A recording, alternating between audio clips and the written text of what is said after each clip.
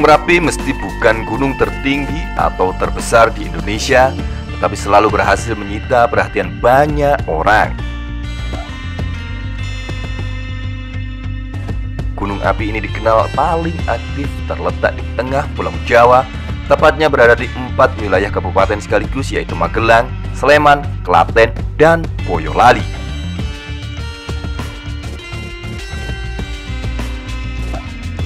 Tak hanya dikenal akan keindahan alam dan tragedi letusannya, Merapi juga menyimpan banyak cerita mistis. Menariknya, sebagian besar mitos itu masih dipercaya sampai sekarang.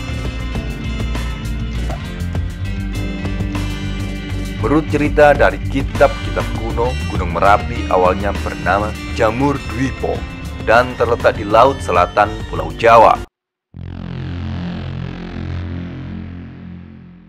Gunung ini menjulang tinggi, dijaga oleh sepasang kakak beradik pengrajin keris.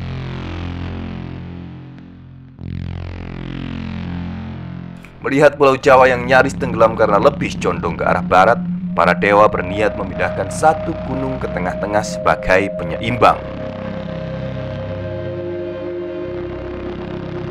Gunung Jamur Dwipo ini yang dipilih karena letaknya tidak seberapa jauh.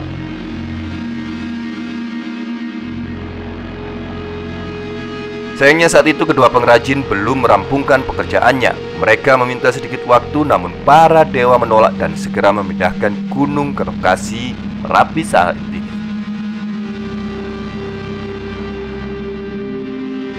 Sepasang pengrajin itu mengancam jika mereka dipindah paksa dengan kondisi perapian yang masih menyala, maka kelak akan terjadi petaka abadi. Benar saja, magma di dalam Merapi hingga sampai saat ini tidak berhenti-henti memanas, hanya menunggu waktu saja untuk dapat meletus dan mengalir keluar. Berlindung sini. Astagfirullahaladzim, astagfirullahaladzim, astagfirullahaladzim, astagfirullahaladzim. Berlindung. Tak hanya legenda asal-usul terbentuknya Merapi, beberapa tempat diyakini para pendaki memiliki suasana yang angker dan terbukti kebenarannya. Tempat angker yang paling terkenal di Gunung Merapi adalah Pasar Bubrah.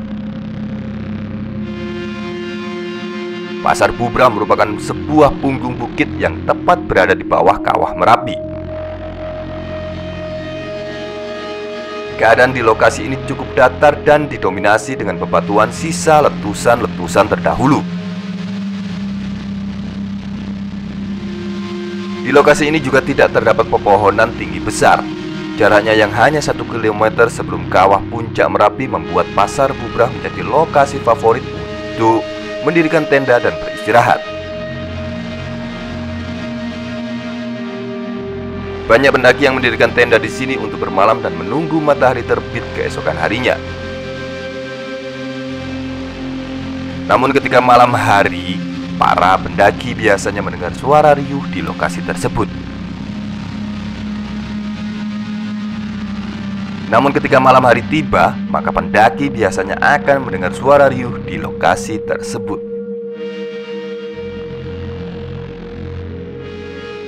Masyarakat setempat dan pendaki yang pernah ke sana percaya bahwa tempat itu sangat angker. Banyak yang meyakini lokasi itu sebagai pasar besar Keraton Merapi, dan pada batu besar yang berserakan di daerah itu dianggap sebagai warung dan meja kursi milik roh dan makhluk halus.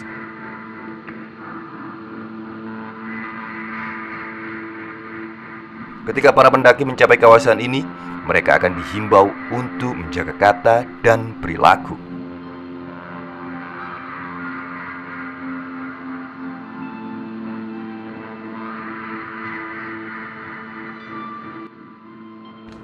Ayo!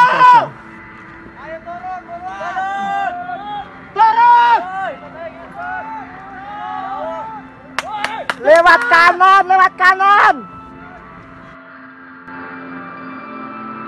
Keraton Merapi ini sudah ada semenjak zaman Keraton Mataram. Bedanya, semua penghuninya dikendalikan oleh bangsa jin.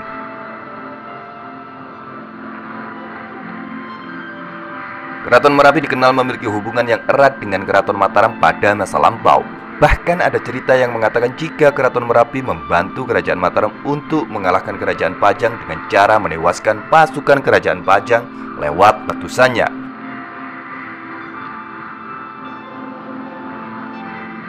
Keraton Merapi memiliki banyak tokoh terkenal yang namanya sudah tidak asing lagi di telinga penduduk sekitar Merapi.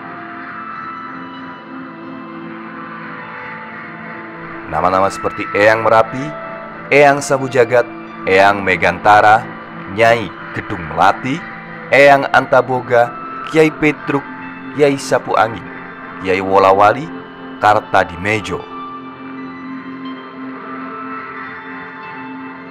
Nama-nama tersebut dipercaya bertugas untuk menjaga dan membersihkan teras Keraton Merapi.